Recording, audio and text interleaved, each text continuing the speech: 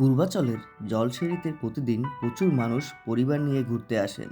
আজকে আপনাদের জানাবো আসলে বর্তমানে জলসিঁড়িতে আসা আপনার জন্য লাভজনক কিনা বা এর থেকে ভালো অপশন কি আছে আপনার জন্য। আগেই বলে রাখি, মূলত এটি একটি পার্ক, তার মানে এই নয় যে এখানে প্রচুর পরিমাণে অ্যাক্টিভিটিস থাকবে। মূলত এখানেই আমাদের প্রত্যাশা এবং প্রাপ্তির মধ্যে পার্থক্য বুঝতে পারবেন।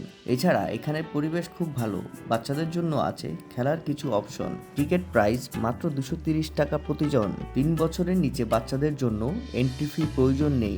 বাংলাদেশ সেনাবাহিনীর হাতে গড়ে তোলা এই জলসিঁড়ি সেন্ট্রাল পার্ক কাজ পুরোপুরি এখনো শেষ হয়নি। কুড়িল থেকে কাঞ্চন ব্রিজ পর্যন্ত যে সকল পার্ক গড়ে উঠেছে তার মধ্যে জলসিঁড়ি অন্যতম।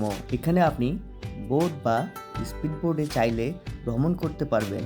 আশেপাশে রয়েছে সুন্দর ক্যানেল, আছে খাবার দাবারের জন্য রেস্টুরেন্ট। এই পার্ক কখন বন্ধ থাকবে তা আগে থেকে বলা সম্ভব নয়, তবে শুক্রবার সামরিক বাহিনীর জন্য, তাই শুক্রবার অ্যাভয়েড করা উচিত। কর্তৃপক্ষ তাদের ফেসবুক পেজ এবং ওয়েবসাইটে লেটেস্ট আপডেটটি সবসময় দিয়ে থাকেন, তাই জলসিঁড়ি ভ্রমণের আগে আপনাকে অবশ্যই তাদের ফেসবুক পেজে, ফোন নাম্বারে অথবা ওয়েবসাইটে তাদের নোটিশ দেখে আসার জন্য অনুরোধ করছি। না হয় এত দূর এসে আপনাদেরকে ফিরেও যেতে হতে পারে। আজকে এ পর্যন্তই। ভালো থাকবেন সবাই, দেখা হচ্ছে পরবর্তী কোনো ভিডিওতে।